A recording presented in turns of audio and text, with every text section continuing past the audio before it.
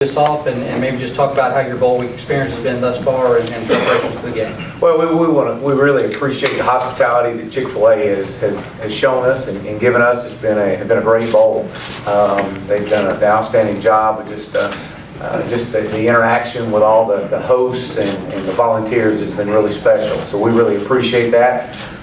It is definitely a great challenge ahead of us against a very solid opponent that we feel is one play away from playing in the national championship game. And so we honestly are excited about this opportunity. I think it's a great gauge for our program, and knowing that our guys are ready, they're excited about this opportunity, and we look forward to it. Coach Venables, I know you've been to your share of BCS games in the past. How does your experience with the Chick-fil-A Bowl thus far stack up? Well, it's all about the people. It's first class. You can tell that it's not their first rodeo, to say the least. We've been incredibly overwhelmed with the hospitality, the ease and the convenience of going from A to B to C. It's a tough daily schedule. And got a fabulous practice facility, great people transporting us. The hotel is as good as it gets, and again, the people that we're dealing with in regards to our host, and like Chad said, the volunteers have just gone above and beyond and making sure that we have everything that we need. Our guys are enjoying themselves, so got great activities, functions rather that our players and coaches have been able to participate in. That's very unique to the bowl experience. So they do it the right way. All right, appreciate it. Taj, we were talking earlier with the LSU players about the Battle for Bowl Week competitions. They got on the board yesterday. You guys must have had a down day at the buffet. But are you guys getting into it? Having a great time with it. I thought we would have came out on top. We had about 160 pounds worth of meat. No, you guys were 450. 450. 450 pounds. 450 and you lost with 450. Unbelievable. But it's been great. Again, very well put together and one of the best bowls that we've been a part of in recent years, and it's just been fun being here. I feel like they do a great job of representing Chick-fil-A in the best way possible. Had the chance to sit at a little breakfast yesterday, FCA breakfast, and had some great speakers there. So it's just been a fun trip altogether. So it's been fun, and we got one more piece to it. So we got to make sure we finish off right. Xavier, got two more events to close out the Battle for Bowl Week and see who's going to take home the belt. Have you guys got it in you to close it out today? I think we do. I felt like we had it in us yesterday. 450 pounds, man. Those boys over there must be eating serious. Yeah, they did almost 650. Yeah, but we're excited about the milkshake competition and everything else we got going. But we've been having a really good time here. That's really what it's all about, and just trying to finish off our week of practice strong so we can be very well prepared for this game. All right, fair enough. All right, we'll go ahead and get ready for questions now. If you would raise your hand, we'll get a mic to you. Start back here in the back. It's Michael Cobble, WBRZ out of Baton Rouge TV. For the players, Xavier, if you could start it off, just talk about how well prepared you must be going up against a guy like Taj. Anything you see on Saturday, you've probably seen in practice. And then Taj, if you would, when he's done, just kind of comment for those of us that have not seen you in person, what you feel you bring to the field each week. Yeah, for me personally, the game has definitely slowed down a lot because I played safety beginning of the season and just moved the corner. And especially having Taj and Nuke just going one-on-one with them every day, it's really, that's one of the top combinations in the country. So when I get in the game, it's starting to slow down for me definitely when I play man coverage. I'm thankful to have him here to help me do that.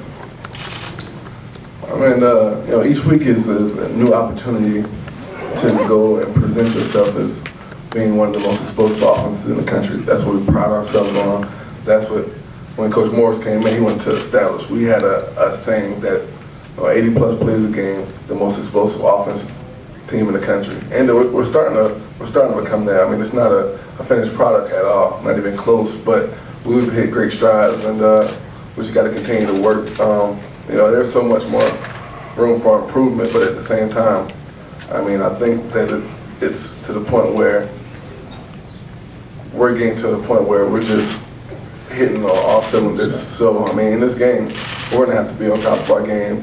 We're going to have to come out and just start off on fire. So, Coach Morris does a great job preparing us, and playing against these guys on defense over here has just been able to help us prepared that much more in practice with the speed of the guys and just the type of defensive coverages and blitzes that they bring. It just helps us out tremendously. So I think, in all regards, coaches do a well job of preparing us.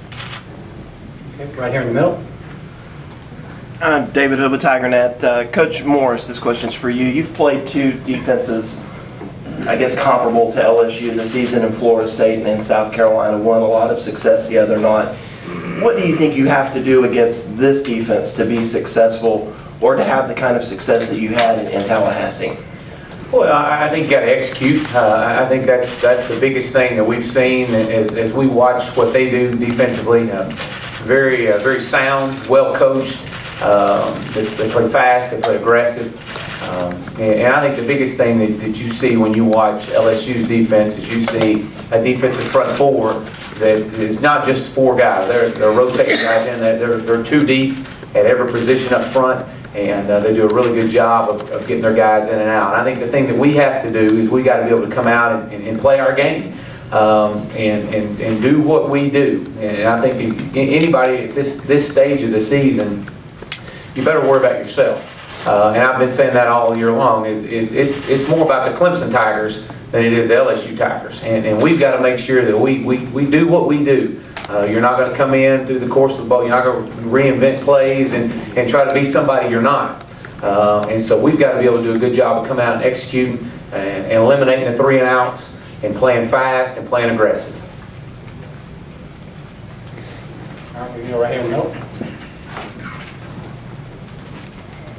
Manny Robinson with the Greenville News. This is for Coach Morris. The play calling style with the placards and pictures, when did you incorporate that? What's the benefit of it, and whose idea was it to include Snoop Dogg? Well, I think our players gave us several different pictures they'd like to see up, from Snoop Dogg to all the coaches' wives up. So I don't know. We had to ask permission on that, but no, it's everything's got some significance. We've been doing that for I guess since 2003. And it's got its own unique feel to it, and I can't tell you what they mean or nothing like that. I don't know if that's what you're trying to get across, but they all have a significant meaning, and yeah, you never know what picture we're going to roll out there this week. So. For Taj, how does that help you, that different play calling style? When you first get the transition from the style of offense that we used to run to when Coach Morris came, it's a big move, it's a big jump. And, for me personally, it's all about just studying.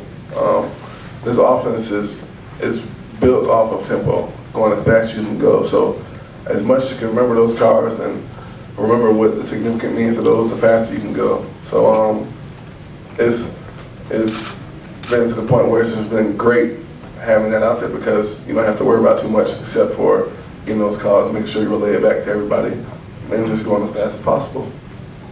Scott? Scott Rabelais with the Baton Rouge Advocate. Taj, Coach Dabo told an interesting story, it's an amusing story yesterday about recruiting you and basically saying, I need a quarterback, can you please come? When you could have gone anywhere. What ultimately sold you on Clemson, and how were you able to see this is going to be the kind of school where that would become the offense where you could flourish as you have? Well, coming here is almost like coming off of a win. Coach Sweeney had just been named head coach. There was a lot of unanswered questions in the program, but when I got a chance to sit down with him and talk to him and hear about his life experiences and how he can help me grow, not as a player, but just as a man in general, I don't think I could get on anywhere with a better place. There was a lot of schools that are easy on the eye. You got the Oregon, Ohio State, and things of that nature. Those are two of my favorites. And something that any quarterback or any player that wants to play an exciting offense wants to play in. So the first couple of years it was a different type of deal, but when Coach Morris came in, it was almost like a blessing in disguise. I mean, it was something that I've always wanted to play in, the type of offense that can just have unlimited abilities. And when he came in, I mean, it just made it that much better. So, I mean, again, I wouldn't want to be anywhere else. Stephen Bradley with Iptay Media. This is for the defensive guys, Coach Venables and Xavier. If y'all could just talk about the challenge in preparing for sort of a straightforward physical attack like LSU as opposed to maybe some of the more smoke and mirrors kind of offenses you might see. Well, there's some simplicity to it, but they're very precise in what they're doing. That's what you can appreciate and you have great respect for them. They do it with great intensity, very obviously, like you said, very physical, intense, physical, and an aggressive mindset in how they run the football. They're running downhill. It's not just the isolation play, but their whole mentality is to be in attack mode in their running game. And but they don't do a whole lot, but they're great technicians at what they do. They understand leverage, they understand angles, and very, very well coached. You can see that their offensive team, has taken on the identity of their head coach, being an offensive line coach. So, it's exciting because again, they're not trying to trick you, and